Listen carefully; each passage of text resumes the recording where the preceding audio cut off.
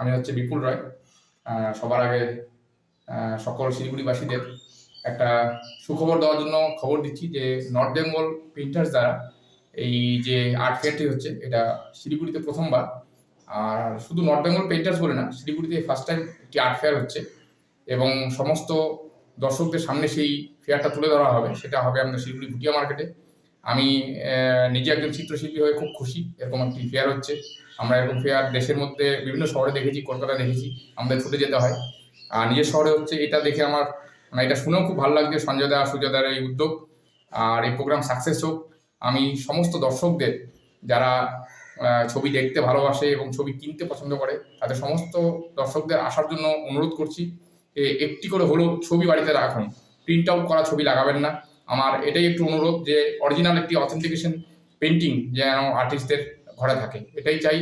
আর এটা বলেই আমি এই